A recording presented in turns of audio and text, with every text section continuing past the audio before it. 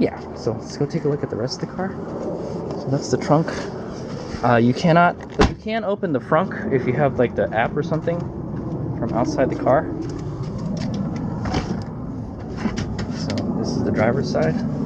So you'll notice it's different than like a normal car. I apologize for I guess it's pretty warm right now. The AC is blasting. Let's see if I can turn that off for a minute. Okay, so turn the AC off. It was on automatic mode, so when the car is on, it just turns it on right away. So this is the interior of a Tesla Model 3. He said that if you want to drive it, you got to have the key like right there or something, but it would just kind of just roll away. So I just put it in the cup holder. So here's a steering wheel. It has many functions. So the controls on this car are really simple. Like it doesn't have like a traditional dash like a normal car. It's like a Prius sorta, but on crack. It uses this big iPad type screen here to control everything. So let's see. So you got your steering wheel here. It's a nice steering wheel. It's pretty small. I would say it's like a 15 or maybe like a 16-incher. It's not super big. Horn in the center, and you got two stalks, one on the left, one on the right, and then the computer system. That's it. That's all the controls there are, other than like a brake and a gas pedal. Brake and gas, or accelerator pedal is what I want to call it. So you got a turn signal here, left and right, and then I guess if you push this, it squirts water onto the windshield right here, and then high beam is in and out, I think. And then yeah, so that's all that does. And then this is your kind of drive stalk right here. So you get the park here. You press that goes in the park. I'm gonna hold the brake down to put it in the drive. You hold it down, and it's telling me, hey, you can put your seatbelt on. And then hold it up. It puts it into neutral. Hold it again. It goes in the reverse, and then there's your backup camera. And then to park it, you press the button again. Okay, and then from here, from the right stalk, you can adjust all your kind of like automatic driving controls, like cruise control and autopilot. So I will play with it. I will play around with it today a little bit. I could not get the autopilot to engage. I didn't know that you had to blip the stock down like twice really fast to turn it on. But I did use the cruise control. It has like a radar cruise control, fancy radar cruise control that like all the modern cars have nowadays. Basically, you'll set a speed on this, and then it'll follow a car. If there's a car in front of you, it'll slow down, and then when the car is gone, or like the traffic speeds up, it'll go up to your max speed again. So that's pretty cool. A lot of modern cars have that now. None of my cars have them. So it's a new trick for Hades Omega. I really like it. So let's go take a look at the interior. I won't play with the controls too much right now. Well, anyway, let's go over to steering. Also, the steering wheel has these two little buttons here, and you can control various things with it. You can adjust the steering wheel. So now it's in steering wheel adjustment mode. I can make it go up, in, out, up, or down. And like that. And then you can set it for different drivers too. There's different driver settings in here. So this right now I'm in the Turo mode right now. So that's the setting for like people who rent this car. And these are the mirrors controls. So you adjust. Yeah, now you have ability to adjust the mirrors. Yeah, it's not like a normal car, like I said. So there's an auto mirror tilt and a mirror fold. I think the mirror fold, I'm not really sure how the mirror fold works. All I know is that when you turn the car off, the mirrors fold in, and then when you turn it back on, it folds back out.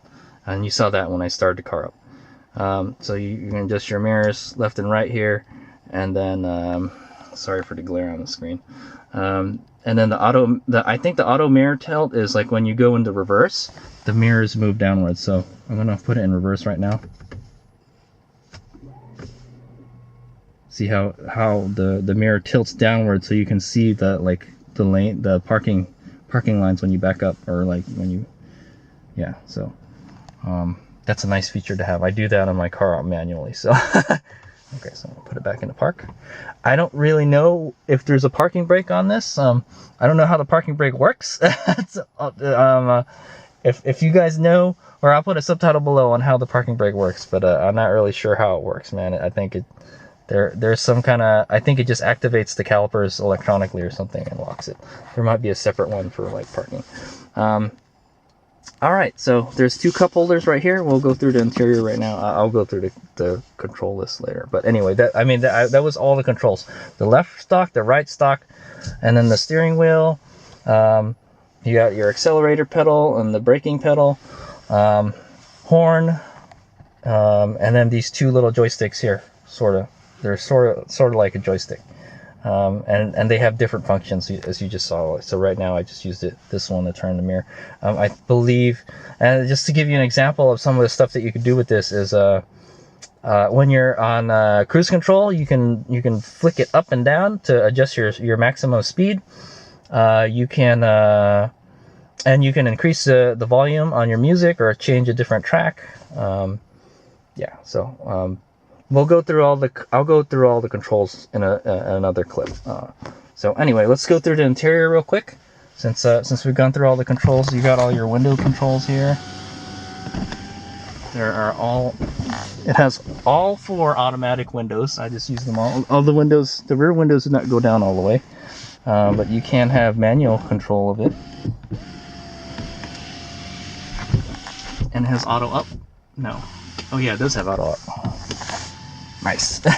And then this, so to get in and out of the car, like I showed you earlier, you press this button here. It has a okay, that's weird. I guess the driver's side doesn't do that.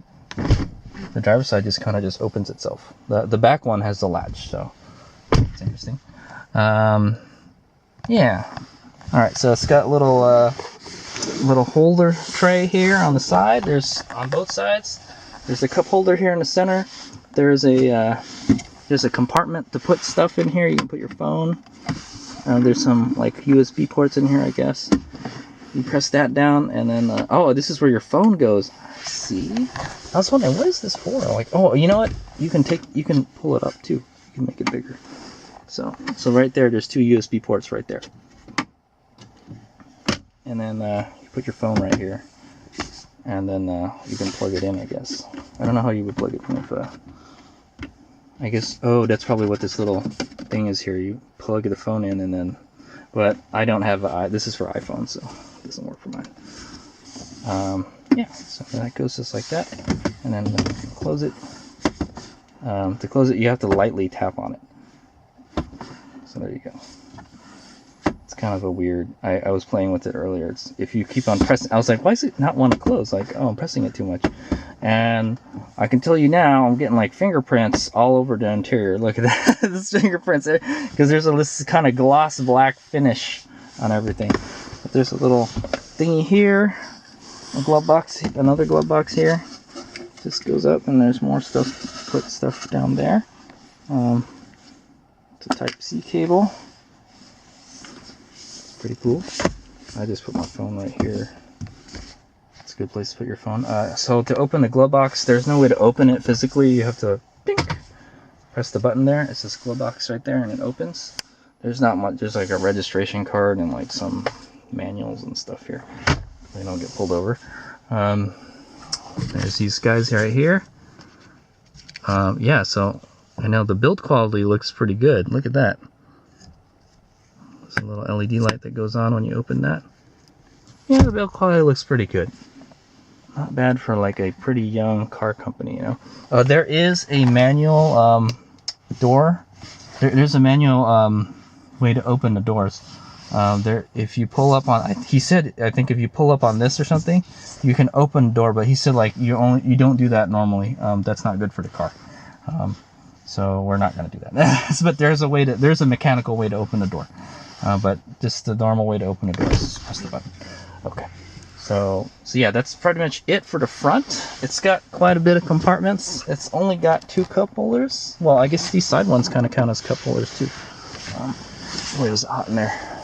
It's a nice warm day in December, that's for sure. So here's the back.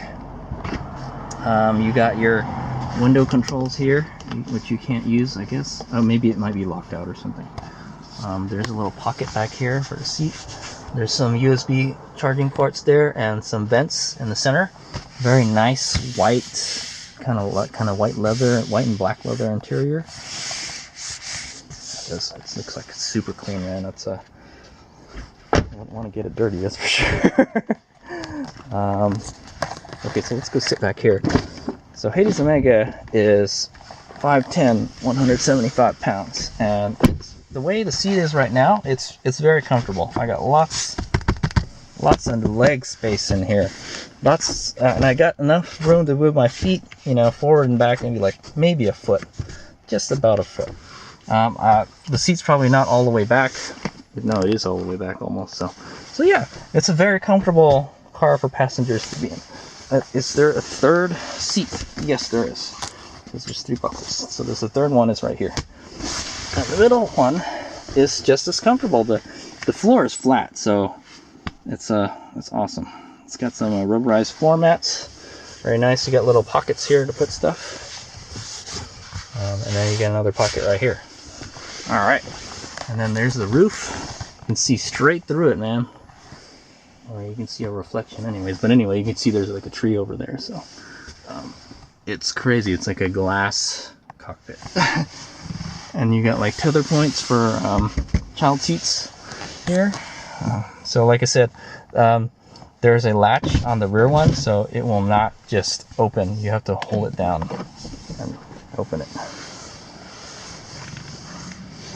But the front, I don't think does that. There's like little cameras here. There's like cameras all over the car. Literally. There's 2 on the side. And see, I see so many of these on the road. They're so expensive. I've honestly, if I could own one of these, I would. Okay, so the last thing we haven't checked is the frunk. This has a trunk in the front, where a normal car would have an engine. The only way I know, there's 2 ways to open it. You can use the app to open it, which I don't have, or you can open it through this screen here on the left. Also, we didn't check the charging port yet. So let's open the frunk and the charge port. You can open everything right here. I literally just opened all the compartments except for the glove box. So there's the charge port. You just plug that little dongle dealie in there, and you can charge a J1772, or this is their Tesla's proprietary dealie. But you can see it's a like a DC fast charging type setup. It's got a positive and a negative, and like I don't know, there's something, I don't know what the third one is for. Oh yeah, there's a whole bunch of pins in there. So I'm not really sure what all of those do, but I'm pretty sure the charging ones are right here. There's a positive and negative right there. I think you just kind of just press it all down on it a little bit and open it. It has like a little motor on it, and that's the only way to open it from the inside. And then so we just opened the trunk. We checked the trunk out earlier. We'll just close that. And then this is the frunk. The frunk doesn't have a latch, a secondary latch. So there it is. That's the frunk. It's pretty big. This is pretty big. I would say you can fit a toddler in there. So I always saw a video that you can put like a medium size. You can put a carry-on luggage in here, pretty much. Carry-on luggage. And so the hood is very light. The front hood, very light. It's got these little honeycomb dealie. I think it's made out of aluminum, maybe. Actually, it doesn't sound like it's fiberglass or something. So anyway, the windshield washer is right here. That's where you add windshield washer fluid. That's it, I guess. It's the only maintenance you really have to do. I don't know if you have to change oil on it or anything. it's electric, but it might have a, I mean, it sure probably has like coolant and all that. It's probably all hidden under all this here. They don't want you messing with it. Oh, I don't really want to mess with it. Okay, so yeah, there's virtually no maintenance on this car other than, oop, and there you go. Gotta push it down. Gotta give it a firm push until it locks. So that is that's it in a nutshell. Like going over like the interior and exterior. You'll notice there's quite a few cameras on the car. There's one here. There's one right here. There's one in the front there. Man, I'm getting fingerprints all over it. There's one right here, and then pretty much all on the other side. And I'm sure there's one on the back side. So yeah, that's it. So that is the interior and exterior of the Tesla Model 3 with all-wheel drive. I will drive it around today, and then I'll let you know my driving impressions of it. We'll try. I might try to play around with the autopilot and stuff to show you guys what's up, and then I'm gonna go take it up for a drive at Sierra, and we'll show you how it handles and everything. So I drove it earlier. It's pretty cool. There's a creep mode that you can enable or disable, and it makes it like a normal car. Basically, it's set up to drive like a one-pedal driving almost. Basically, you let off on the gas and it'll just stop itself gradually, you know, and then you don't have to press the brake to let it go. But if you enable the creep mode, it kind of like when a car is in idle, it kind of creeps. It'll do that. So I think I might just enable that now. Just make it like a normal car, because the Prius does that too. All right, so yeah, I hope you've enjoyed my first vlog on renting the Tesla Model 3 today. I'm having a lot of fun with it, and there's still more fun to be had. So, all right, here's we go. I will go over all the controls and stuff, like not the controls, but like the computer system, like how all that works. I don't really know all the secret options and stuff. I'm not gonna really mess with it. I'm not gonna put it in ludicrous mode or anything. I'm just gonna, drive it, you know. All right, here's we go.